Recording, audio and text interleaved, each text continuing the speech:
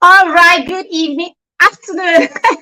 I've been having too many evening classes. Good afternoon, everyone. Welcome to the Skill Up Show. Are you ready? All right, welcome to the Skill Up Show. The Skill Up Show is that show that we have every Monday afternoon at 1 p.m., where we come and talk about you, your preteens, your young children.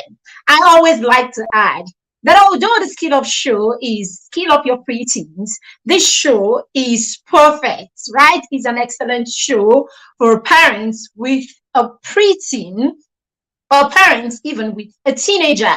Yes, especially a topic like what we have today. If you're a preteen parent or you know any preteen parents who isn't here right now, please do me a favor. Invite them to be on the stream right now. Because what I'm going to be talking about today and what I'm going to be sharing with you today is something that will bless every preteen parent that you know. So if you know any preteen parents, or sorry, any toddler parents, I was going to say toddler. If you know any toddler parents, then please invite them to be here today. If you're a preteen parent, welcome home. This is your place. We are all about you. If you're parents of a young child, yes, you belong here. And if you're a parent of a just turned teen, welcome. This is home. If you're parents anyway, it's okay. You will still get a thing or two from what we do here today. Today, we're going to be talking about boundaries. We've been talking about boundaries. It's a series that we've been on since the beginning of July. And we're going to be talking boundaries and how to create boundaries in your home from now to the end. From the beginning of the month to the end of July. Today, we're talking about boundaries on social or media and technology. Yes, how can you create boundaries, or how can you point your children towards boundaries in this area? I want to pause here for a minute and say, if you are here on the stream, please say something in the background. Say hello. Okay, if you're catching the replay, let me know at this juncture where you are joining us from. All right, if you are here right now, please say something in the comments so that I know that I have an amazing person or people here as company on the show right now. And yes, tag a friend if you are on Facebook. Tag a friend who needs to be here, especially, as I said, if they are toddler parents, parents of preteens, and even parents of just teens. Yes. If you are on YouTube, have you subscribed to our YouTube channel? Why don't you run right now to our YouTube channel, even if you're somewhere else? Run to our YouTube channel and subscribe to this channel. It is a house. It's a load full of resources. Yes, we have endless, number of videos and resources right there that you can use on your parenting journey to navigate. Let's jump right into our topic for today. Have you invited someone? Invite someone right away. If you know someone who needs to be here, invite them, because this class is going to be worth their while. Right, so social media, technology, all that we're talking about today are these bad things? Not at all.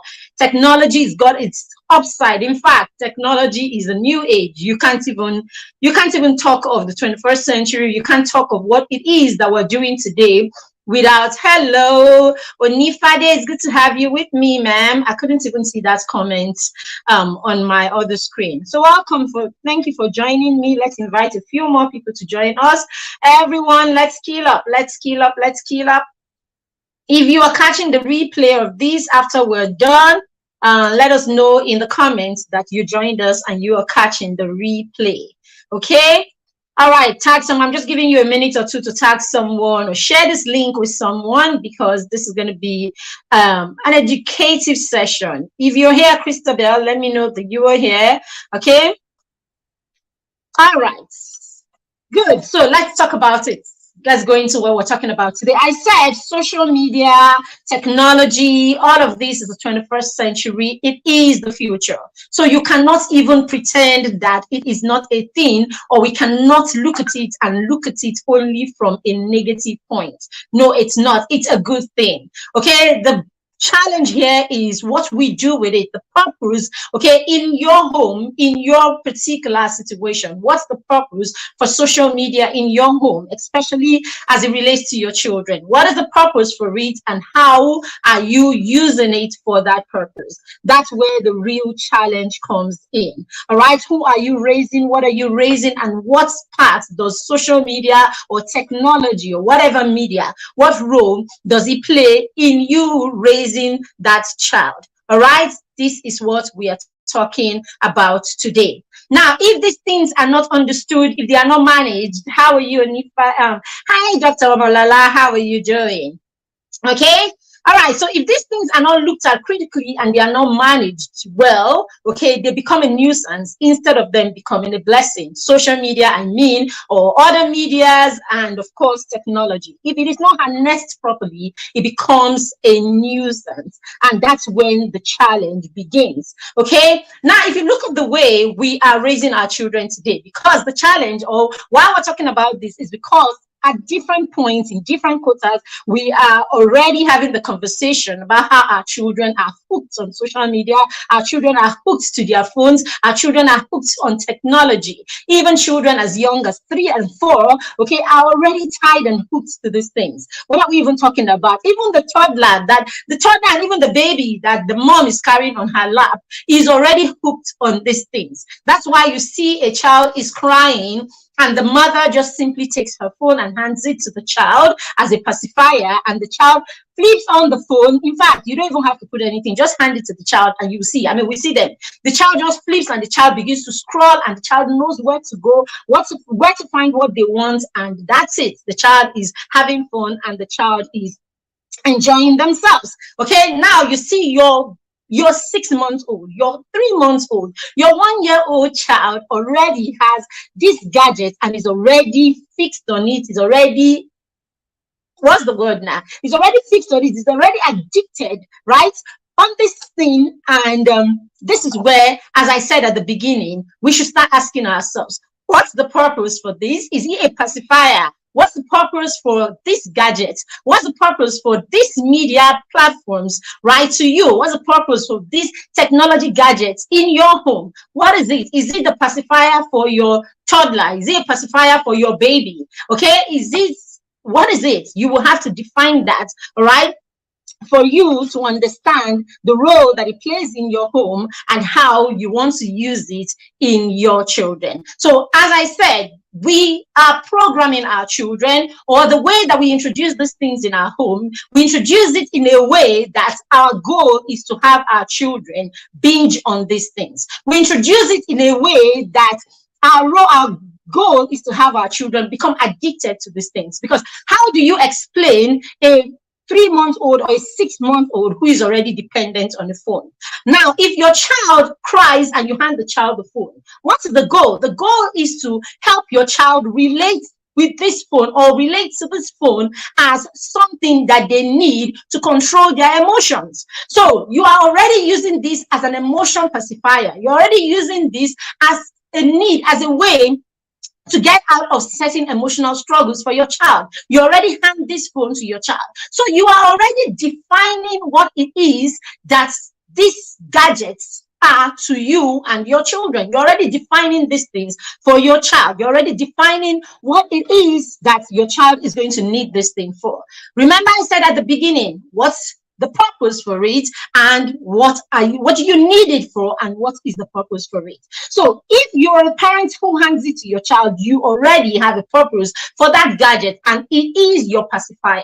Now, this kind of parents cannot wake up when the child is 13 and 14 and begin to join in this chorus that we're singing today. Oh, children are so addicted to phones, children are this, children are that. No, you prepared the child for this. This was your goal from the beginning, that by the time your child is 12, 13, 14, the child is addicted to a phone for whatever reason. So this is why you hear every time we say our intentions are not enough, because for you, this is nothing. You are just using it for now because you need to get to work.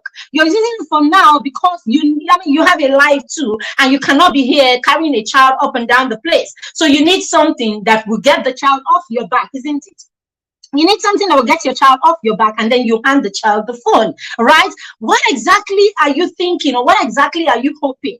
Are you hoping that at some point the child is going to be able to figure out that, okay, my mom just needs time, so I can just hang in with this for a time? Okay, I'm not even going to allow it to get me addicted. Are you thinking that a child can think in this way? No, your children do not think in this way. Your children do not think like this. Your children are not rational enough to think in this way. So when you hand your child the phone, what exactly is it that you are hoping that that phone would do for the child? If you hand it because you don't want the child to cry, then the phone is a pacifier. It could be the phone, it could be your whatever gadgets. What else? It could be a phone, it could be a tablet, right? It could be a phone, it could be a tablet. It could just simply be putting them in front of the TV screen. It could be putting them in front of the TV screen. So anytime you have to rely on technology, network. Okay, every time you have to rely on technology or all of these gadgets to be the ones to entertain your children, or be the ones to keep your children in a certain emotional state, then it means that this is your own purpose for this. And if this is your purpose for it, then it simply means that every other thing, the ripple effect that comes with you using this gadget for that purpose, is going to also come with it. It's buy one, get one free, isn't it? You use it as a pacifier. Of course, it's not just going to pacify your child and walk away. Your child is going to get addicted to it. So when you buy it as your helper today, okay, it will become a permanent helper to your child, and so your child becomes addicted to these things. Is this what you want? Is this your goal? If it's not your goal, then you have to commit to doing differently, isn't it? You have to commit to doing differently. Right. Number two, another thing that we see all the time is, parents say we don't want our children to get addicted to phones. But hey, what happens? We introduce our children to phones and introduce them to other gadgets, introduce them to technology as soon as they are born. How do we do this? We understand that when children are born, what happens? When children are born, unlike animals, when animals are born,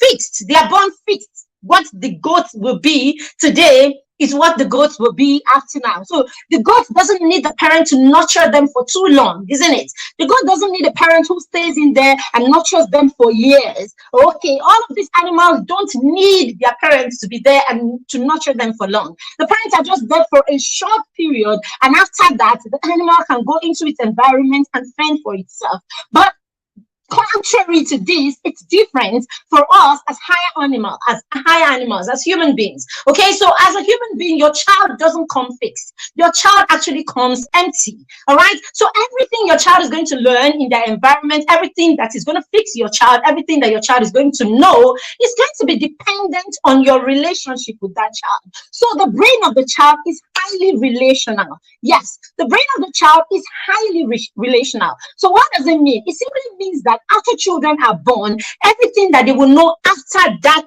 time is going to be dependent on your relationship with them.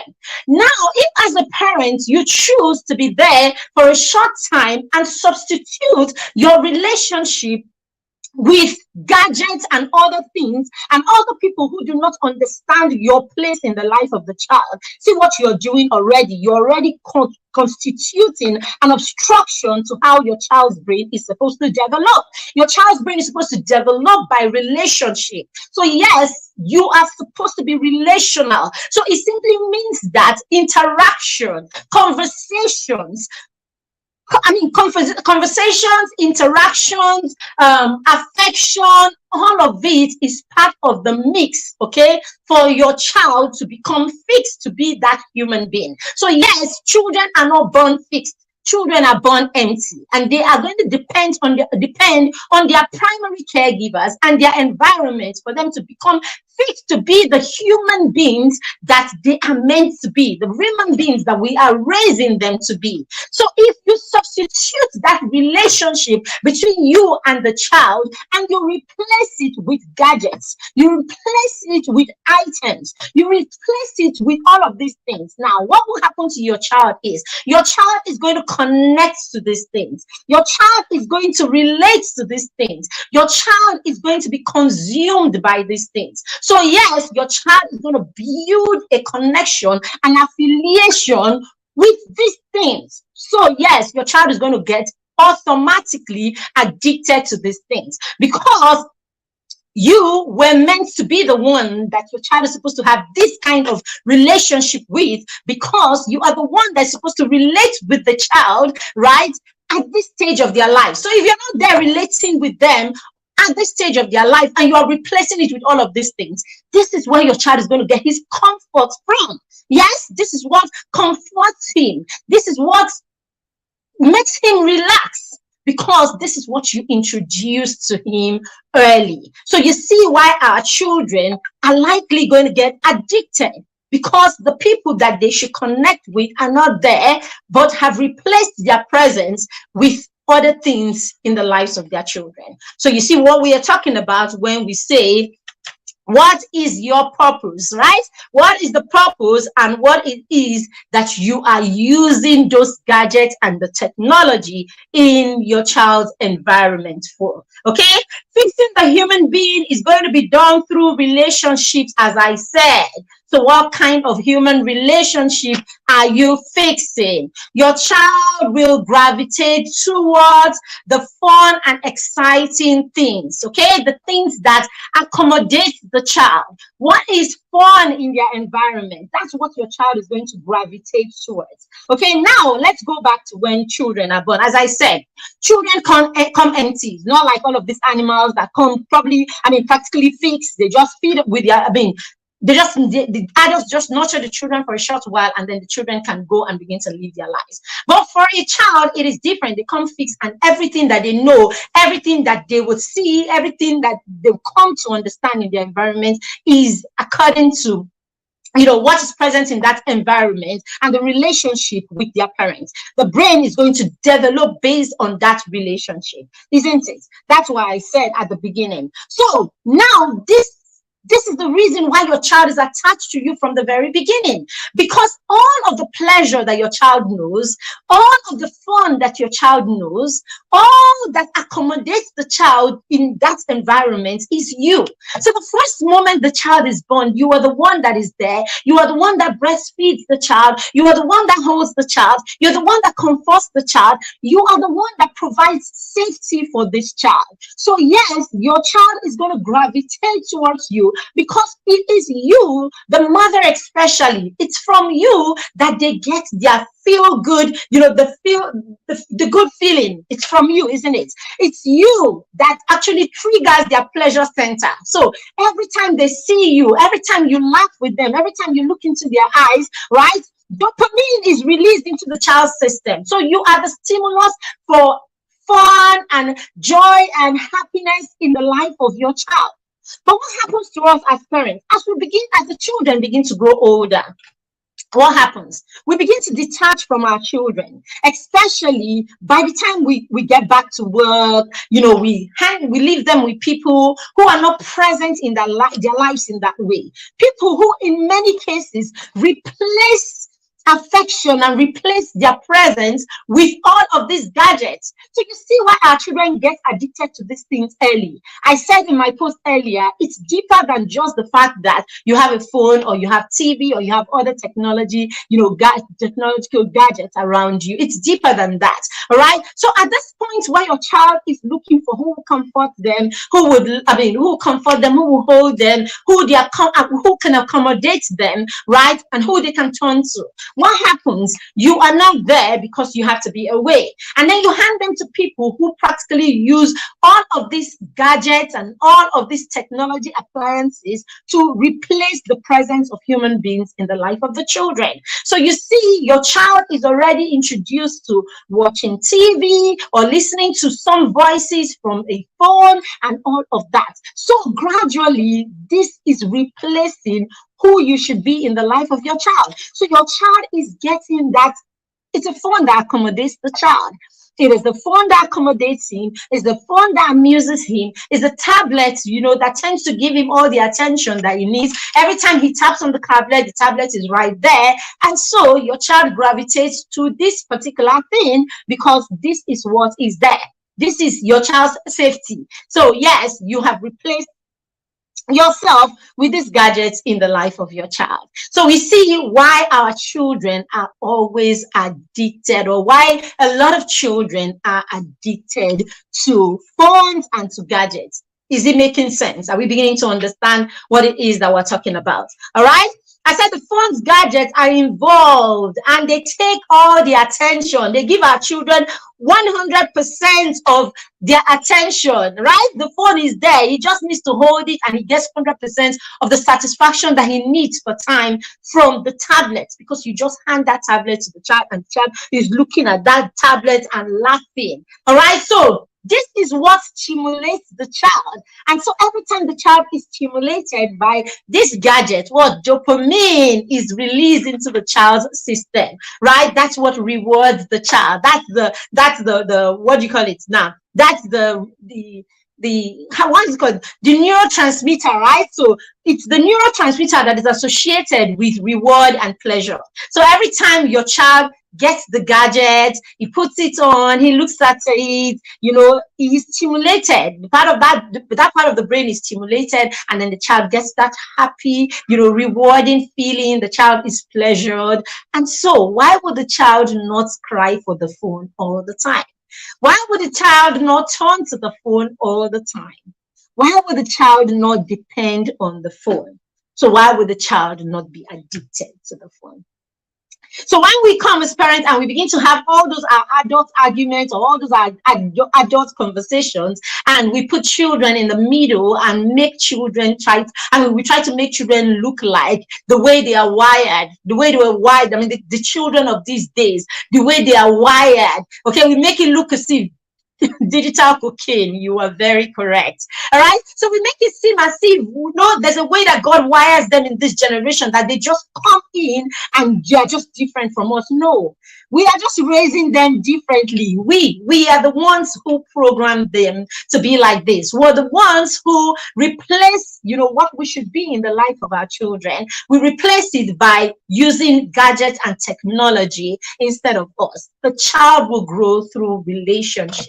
Okay, so it's a relationship that is present. It's a relationship that is present in the child's life that the child will gravitate towards. It is what it is that the child comes to see as safety, as accommodating, as pleasure. Basically, that's what the child is going to gravitate towards. Okay, I mean, I'm sure you've heard of the secure attachment theory. It is what the child feels. I mean, it is what is present for the child that the child feels secure in. So yes, if you have replaced yourself, you have replaced humans with all of these gadgets, that's what your child is going to gravitate towards, because that is all that your child knows.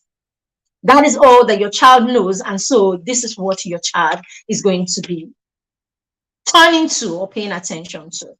Now, is this what you want as a parent? Is this what you want as a parent? Is this what technology, is it what technology and media, is this what it means to you? Do you want to use it to replace you in the life of your child? Now, if you don't want this, if this is not your plan, this is not your goal, you don't want to use gadgets, you don't want to use technology, you don't want to use all of these distractions to replace you, then there is a big task. And that task is this. What can you do? Or how can you be present enough in the life of your child that you can compete with the phone? You can compete with the entertainment on that gadget. What is it? How can you as a parent present yourself that you can be more fun to your child than your child picking up a gadget that has probably 100 options for entertainment? How are you going to do that? Can you compete with your phone? Can you compete with YouTube? Can you compete with TikTok and YouTube and all the many things, right? We know that. Can you compete with all of these gadgets? What do you have? What do you have as a parent? What do you have in your environment? What do you have outside, of all of this gadget and technology that can compete with the satisfaction that your children have already been introduced to in the first place? So that's why at the beginning I said that this class, if you are a toddler parent, if you're a parent of if a toddler, the parent that has a baby, then please sit down. This class is so for you. Okay, it's so for you because what you do today will determine the rest. Okay, some of us already have children who are 12 and 15 and 18. Okay, what we're doing right now is repairing, and we're here competing with TikTok and competing with all of these things. But as a infant parent, you are lucky. You don't have to compete with anything because then you can get it right from the beginning. You can get it right from the beginning, so you do not have to compete. Because you are in this class today and you know better. Because you are in this class today and you are and you're learning and getting tools and understanding principles, then you will do better than many of us did, okay, especially for those who have to compete with all of these gadgets. We are all competing at different levels. All right, you are all competing at different levels. That's the truth about it. We are competing at different levels, okay? But whatever level you're competing at, I want you to say to yourself, what do I have that I can bring to the table that can compete effectively against all of the things that are out there on social media? What do you have? As a parent, can you compete with TikTok? Can you compete with Instagram? Can you compete with YouTube? Can you compete with Snapchat? Can you compete with all of these gadgets? All right, so at the Skill Up Show, I like to share 5 tips every time I come here that you can use, apply in your journey, and then begin to run with. I say we're very practical, we're very hands-on here, okay? And we're very practical and hands-on, and we always like to give you always like to suggest to you and give you tips that you can use and apply in your journey straight up. But before I give you these tips, I hope you understand why our children get addicted. I hope you understand that we are the curators, basically. Okay, we curate these things, we program them into it, and then we serve it to them. I'm just talking small. I'm not diving really deep into this because I'm going to be talking about this at the TIP conference that is coming up. Coach Wendy has a conference in Ford. I'll be speaking on Thursday, and I'm going to be diving deep into you as a parent, you as a mentor parent, what you can do to position your children. I would like you to understand that your role in how your child turns out is like 99% your role. So every time people are talking about children and they keep calling the child's name, I laugh and I walk away because, hey, why are you calling the child's name? Someone curated, someone created, someone programmed and just introduced the child into the programming that they had. Okay, so every time you're talking about a child who turned this way or that way, please turn to the parents first. Turn to the parents first. I promise you, turn to the parents first, because a lot of times these children were just introduced into a system and they rolled with the system that they were introduced in. It was beyond their power. Yes, it was beyond their power. It is parents who do most of the work. All right. So when you see that 14-year-old that is so addicted, all right, look for the parents. It's the parents who created all of that. It's not the child. The parent created, and children have the multiplier effect. They will come and multiply whatever it is that you have curated. Okay. So when you finish cooking, bring the child in. The child will turn your cooler of rice to 3 coolers. Okay. So when you see that child, just know the parents cooked first and the child just came and multiplied. Didn't the Bible say our children shall be greater than we are, right? They shall be greater, right? So when you bring them in and you give them, they will increase, they will be fruitful, they will increase, and they will multiply. So welcome. All right, so what can we do as parents to ensure that our children what can we do as parents to ensure that we are either restricting our children from this technology, or we are setting boundaries, okay, and we have control? Because these are the 3 things that you can do as a parent. You can either restrict, you can create boundaries, or you can create control in how your children access and use media and technology. Now, the three of these are very important at different phases in the lives of your children. So are you a parent of a baby and a toddler? Then at this stage, restriction should be what you are doing. You want to restrict your children from certain things, okay? So, you want to restrict them from a lot when it comes to media and when it comes to technology. You want to restrict them because this is a powerful time in the life of your child. So the first thing you want to do is you want to introduce your child to you, okay? As soon as your child is born, dear parents, do not introduce them to phones. Do not introduce them to gadgets. As soon as your child is born, introduce your child to you. Your babies, your infants need to know you. So the sounds that they hear in their environment is you. Okay, let your child be so used to your voice. Let your child be so used to your cooing. Let your child be so used to your laughter. Let your child be so used to your whisper, your laughter. All of that create the sound in your environment. So what does that tell you? It tells you that your environment is intentionally curated to be joyful. The sounds that come from your environment are joyful. We said, yes, we're talking about technology. We are still talking about technology because a lot of times we like to run away from the foundation.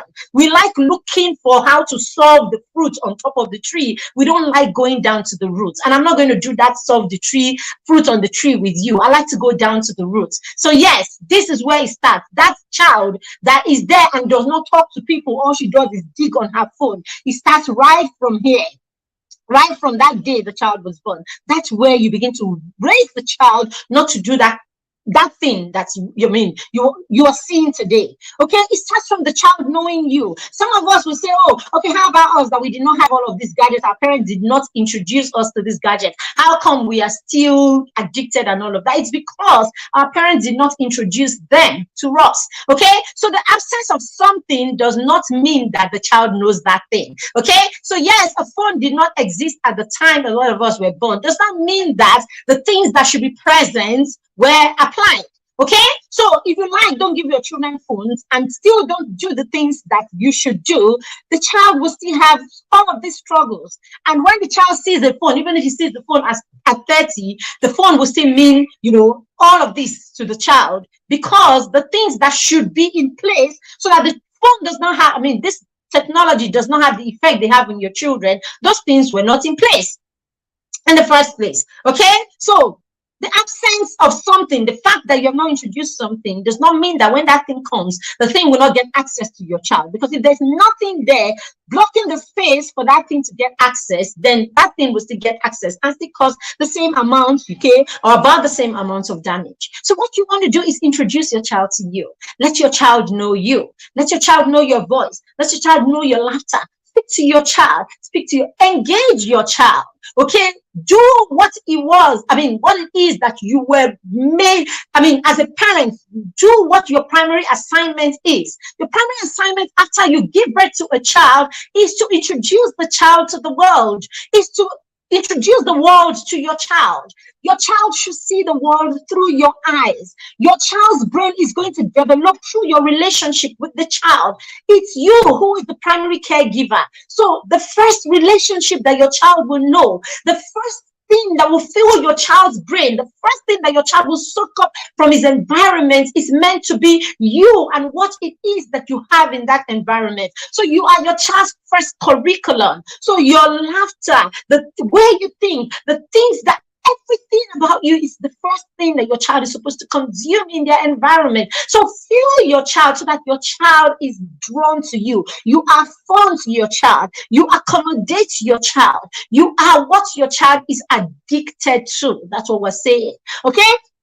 First years of your child's life, let your child be addicted to you. Yes. So that's the first thing that you want to do. Introduce your child to you. Okay. Now, after introducing your child to you, the second thing you want to do is introduce your child to relationships. Okay.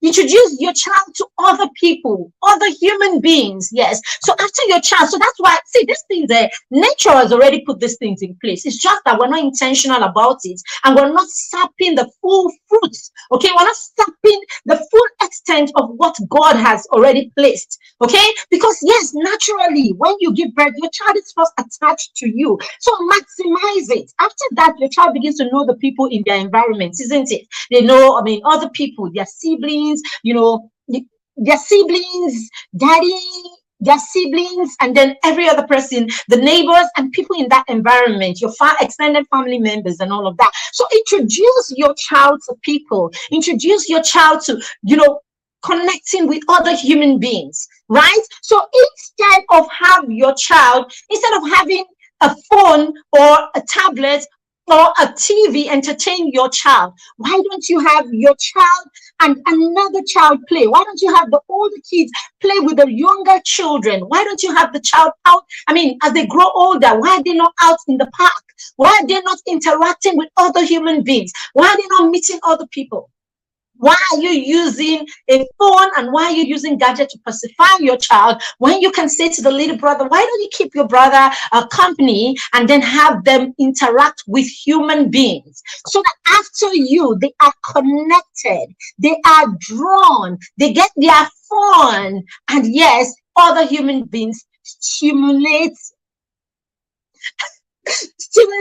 their feel, other human beings can stimulate them and, of course, cause the release of dopamine in their system, as opposed to these other gadgets and technology and all of these other things being what your children, turn to for their pleasure. Do you understand? Okay, so that's the other thing. The third thing you want to introduce is you want to introduce your children to nature. Yes, introduce your children to nature.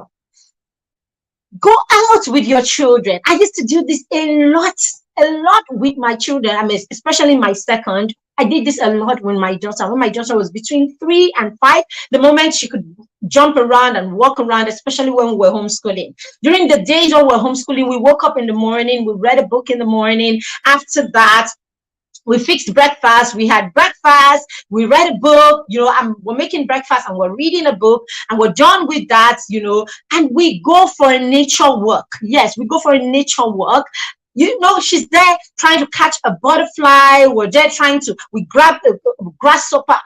Teach your children to interact with nature. Okay, the reason your children are always turning to phones, the reason they are turning to gadgets is that is where they don't have other things that interest them. Yes, they don't have other things that interest them enough to compete with the satisfaction that they get from these gadgets. So introduce your children to nature. Introduce your children to pets. Okay, the moment they love pets, then get them those pets. Okay, your child is going to take time to get the pets to, to love them or to accommodate them, isn't it? So your child is going to learn to get the pet. It's not easy to get a pet to know you and then start loving you. Your child is going to make efforts towards loving the pet enough for the pets to reciprocate. While your child is doing all of that, their interest is growing in the scripture. Okay, their interest on the scripture is growing. Your child is connecting. Okay, your child is connecting. Their interest is growing. Okay, and your child is beginning to feel comfortable with the pet.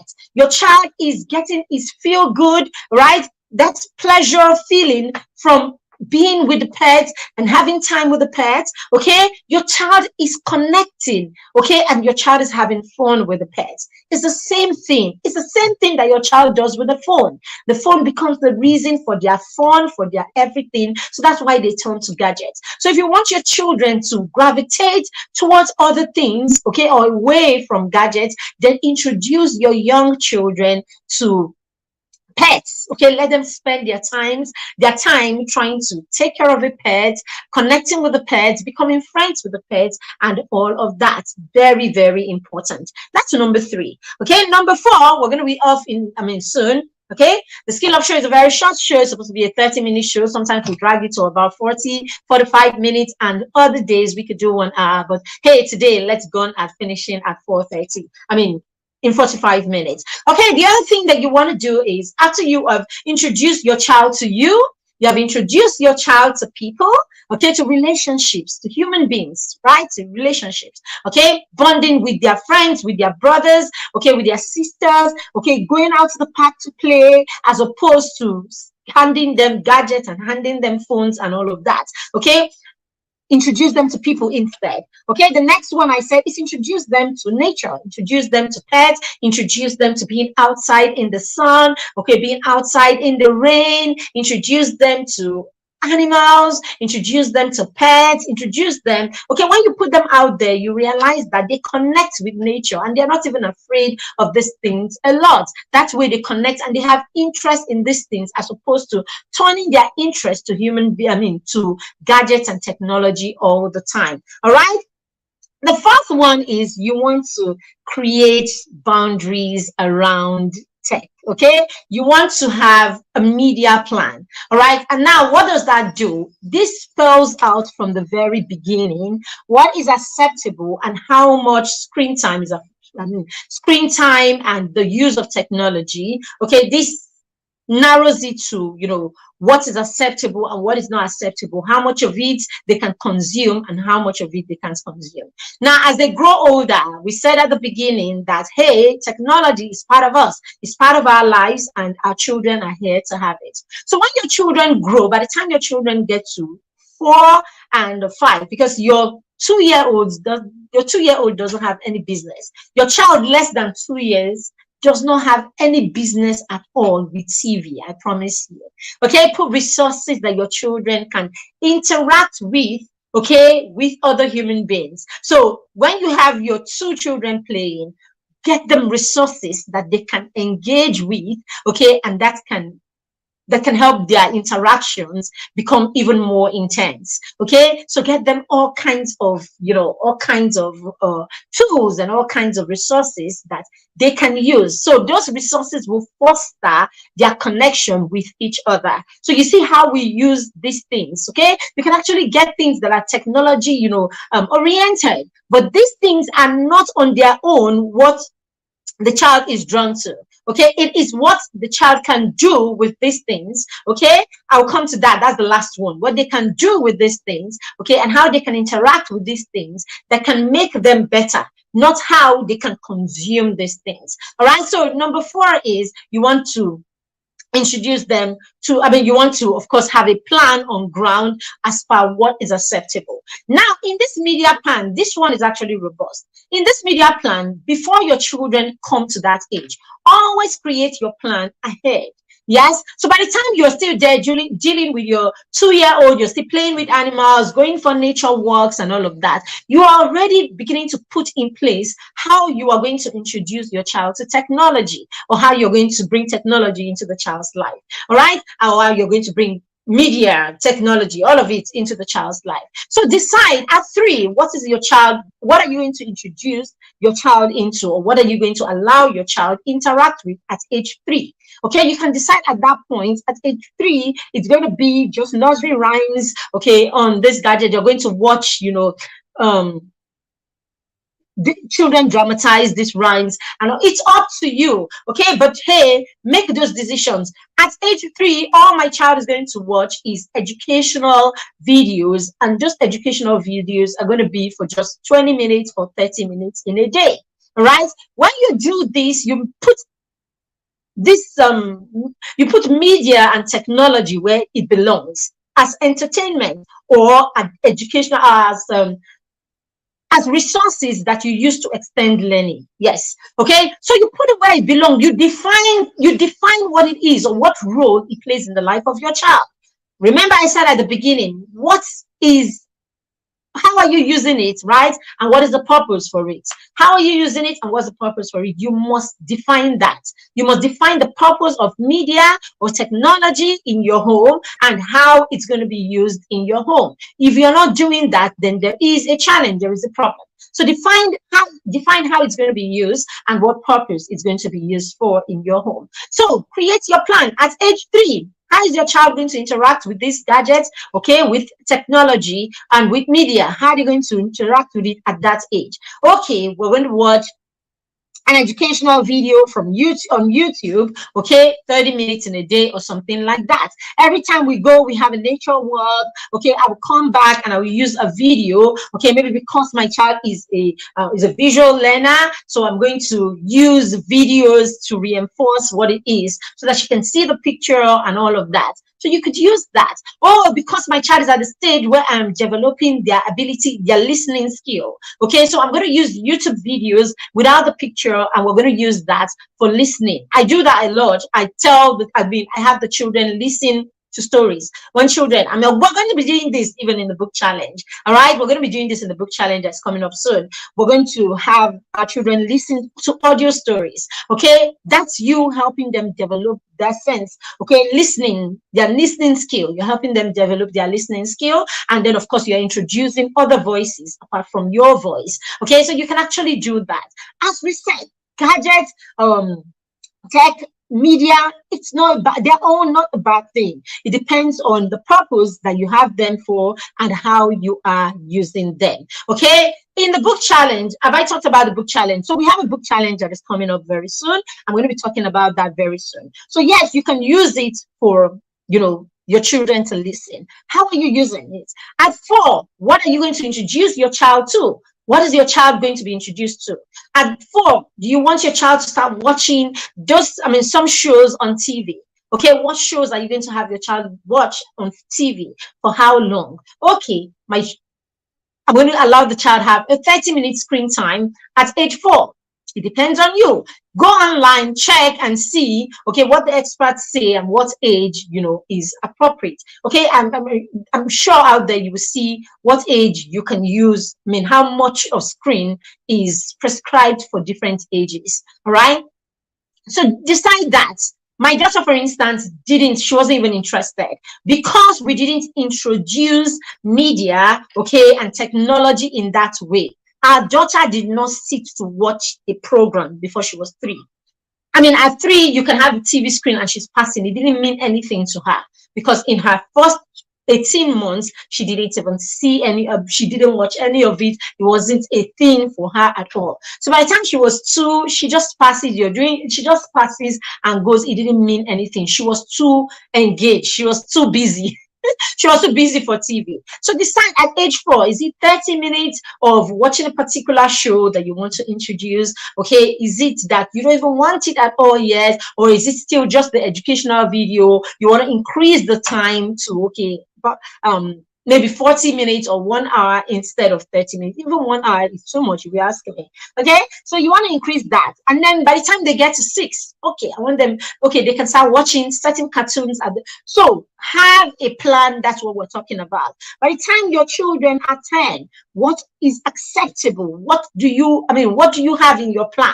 I said prepare this plan ahead of time so that you do not have all that struggle and your children not understanding. For instance, our son is 13 going on 14. All right, he's 13 going on 14, and we have certain rules that have been on ground since. Okay, so for instance, during the holiday, right now it's the holiday, and he has 3 hours of screen time. Yes, he has 3 hours of screen time every day, and he's 13. He has 3 hours of screen time, and those hours of screen time, because he's not big on TV shows, he's not big on movies per se, those 3 hours are spent online. Are spent on the computer. Okay, so what you see him play games with his friends. You will hear him playing a game and chatting, gisting and talking with his friend. You will see him doing graphic design during that screen time. Okay, sometimes you will listen to him. You will hear him listening to a video. Okay, so he's big on public speaking and all that. So sometimes you hear him listening to a video from some compare or some Obama or somebody that is really big in that public speaking space. You see him trying to learn from so these are the things that you hear. Okay, these are the things that I hear as I pass by this resource room where he's having his screen time. All right, our daughter has 2 hours of screen time. Okay, one of it is done online and the other one is done watching TV. As we speak, she's watching TV right now. All right, so basically this is it. Now, am I saying you cannot come here and be telling children, oh, 1 hour screen time, 2 hour screen time. If you are not someone who has done some of the things that I talked about at the beginning, you're not someone who has introduced your children to you, you're not introduced your children to other people and creating relationships and building relationships, interacting with people, having conversations with people, engaging with people. Okay, you are not someone who has introduced your children to nature, pets, and all of that. You've not done that, right? You're going to struggle with your media plan and saying to your children you can only have 3 or 4 hours of screen time. You're going to struggle with all of that, isn't it? You will struggle with all. Oh, no, sorry, our son has got 4 hours of screen time. His sister has got 3 hours because I know she watches 1 hour during the day. She comes here to do Khan Academy, so she's either doing Khan Academy, Duolingo, or just creating some drawing. She likes to draw, okay, and she's doing all of that. And then in the evening, she has an hour of TV time again. All right, so that's about it. But as I said, you can only create this kind of media plan when you have when you have done some work before now, isn't it? All right. So you want to do that. So the last one I'm going to give you is you have to help your children engage or find their interests in other areas. Help your children identify their interests, help them build that interest. And one of the things you can help them build an interest in is reading. Books. You want your children to stay away from gadgets, then introduce your children to books and do that as early as possible. This is why we put together the book challenge. The book challenge is an amazing, it's not like any book challenge. We call it a summer fun book challenge. Okay, we do that every year. We did that last year. Okay, this is the second edition. It's actually the third edition, actually. Okay, but last year we added the twist, to read, where it's just really fun activities. So yes, your children will read, but your children will read in fun way, and your children will do it through fun activities. Why your children run to the gadgets is because the gadget is what satisfies them. It is the gadget that stimulates the part of their brain that actually releases dopamine. That's hormone that rewards you and pleasures you. Now, if you're going to compete with this gadget, then you have to compete with things that are exciting enough to pleasure your child, exciting enough to reward your child, okay, to give them a rewarding feeling. Okay, so if you are telling your child to read when there is TV and there are all of these other things that they could do, and you are just telling them read, for a child that does not like to read already, that does not understand anything about it, that does not enjoy reading, that you have not even modeled reading to, and all of that, okay, then all of a sudden, okay, it's the summer holiday and everywhere they say there's reading club, reading this, reading that, and you say, okay, he doesn't even like to read, let me just enroll him in one of these things. You will enroll him, you will pay money, the child will not do it. Why? Because the foundation is not right. And this is what we do every time as parents. We will buy the books because all of a sudden you listen to someone say books are important. Or you listen to someone say reading is key. What do? Oh, reading is key, or books is important. You buy the books, you come and drop. You have not dealt with the foundation. You have not looked at what the root problems are. You're there looking at the fruit, and the fruit is that your child is not reading. So what do? You pack books and come. You want to change, you want to pluck down those fruits just like that.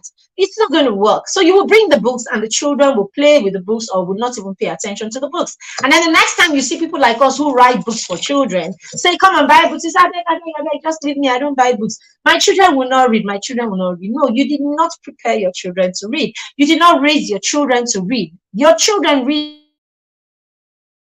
Or you programmed them not to read. First of all, you prepared the stage for them not to read. And now that you have done all of that damage, yes, now that you have done all of that damage, you're not ready to help the child repair. Now that you have the opportunity, the child is 8, the child is 10, now the child is 12. You're not even ready to help them fix the problem that you created for them in the first place. What are you doing? You are making excuses and you are joining people to have conversations and say how these children, they are so different from us. They are so this generation. No, it's not a generation. The generation did not fall from heaven. The generation was raised by people. And hey, You probably are one of those who raised the kind of things that we have in this generation. So let's stop exonerating ourselves every time, dear parents. Okay, let's look at the challenges that our children are having as challenges that we curated. Let's look at them as things that we played a huge role in, because hey, whatever you have prepared, your child will come and magnify it. So that's what's happening here. Your child is coming, your child is magnifying, and you're complaining complaining without even taking any part of the blame. So we have the challenge. This is a solution for you. Bring your children. This challenge is about programming. The challenge is about attacking this problem from the roots. That's what this challenge is about. So come with your children, register them for the challenge. Let's deal with this from the roots. Let's program, okay, and let's begin to put all of these things in place so that by the time the children are 13 and 14, you will have children who are glad to read. I can't begin to say, you don't want me to go into why your children need to read, right? You don't want me to go into that. There's no need to go into that right now, why your children need to read. But I promise you, if you're raising children who do not love to read, who do not enjoy reading, who are not reading, you are setting them up for failure.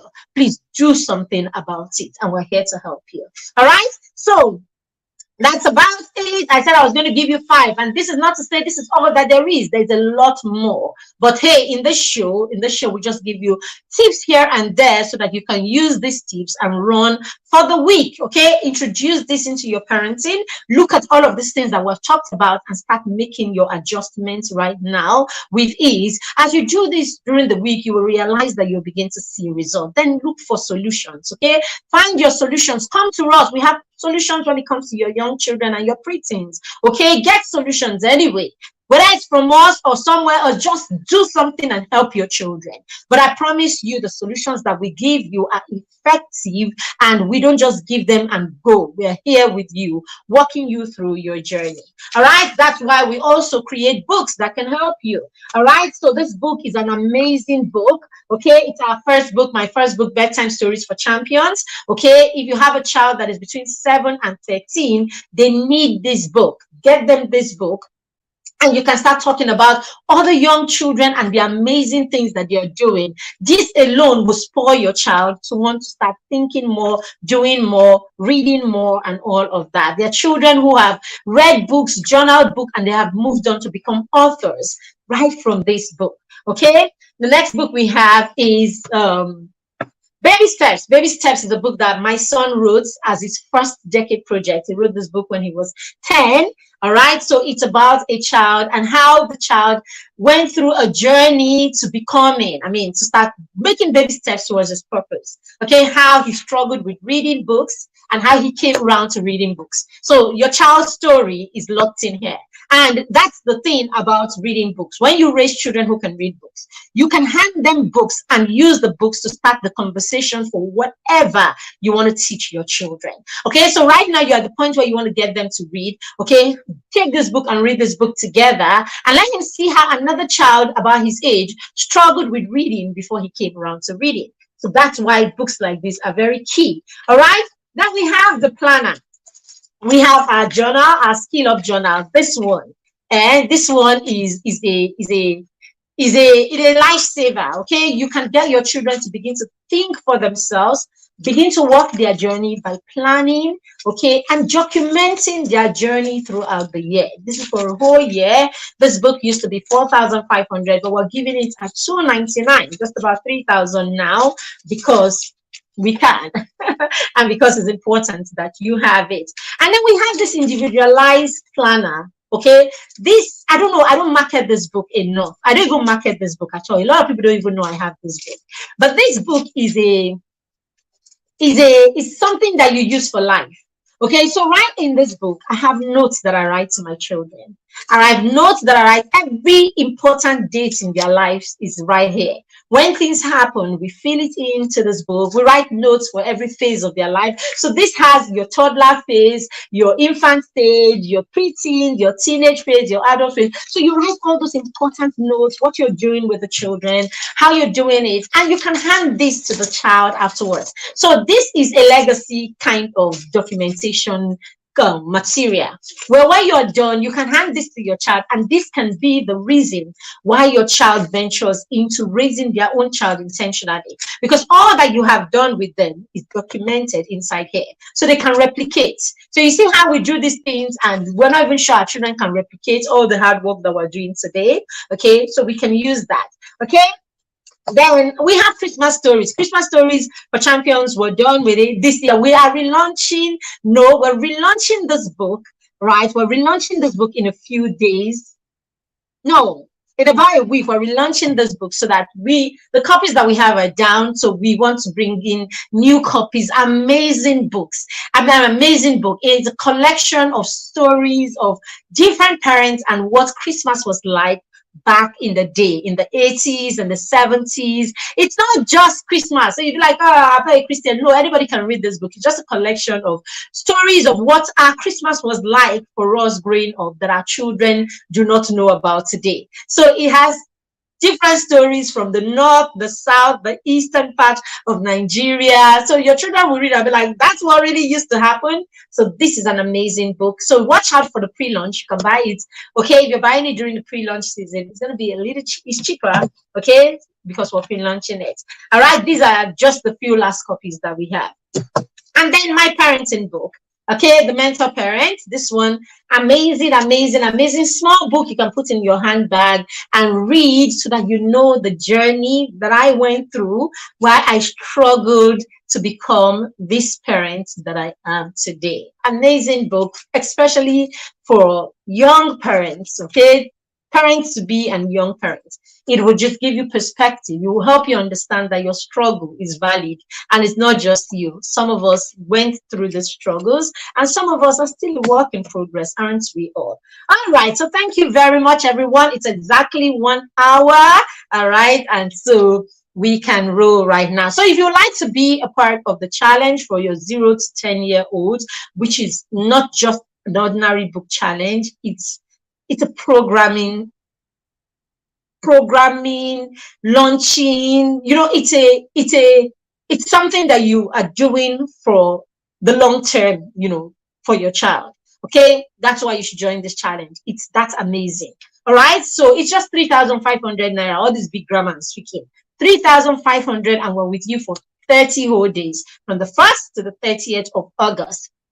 Activities, hands-on activities, deep activities with deep understanding. This is what we're going to be doing during that challenge. All right, so just look on the scrolling right now on the bar on my screen is the information that you need to register for that challenge. Apart from that, you can look in the comments. You see the information also. Just click on it and then use it to register for the challenge. The moment we have the number of people that we want for the challenge, we will shut down and then you can't register again. So why don't you go ahead and register right away? Thank you very much for being a part of this stream. If you got value from this session, please let us see you in the comments. Let us know that you got value for your time.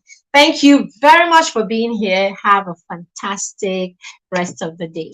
Bye. If you want any of our books, just you can send us a chat. Our number is always here, 081-306-21566, or just write in the comments book, and then we will reach out to you and you tell us which of the book exactly you would like to order for. But apart from that, almost all our books are on Amazon, so you can look at the title and search it on Amazon if you're not in Nigeria, and you can get it on Amazon.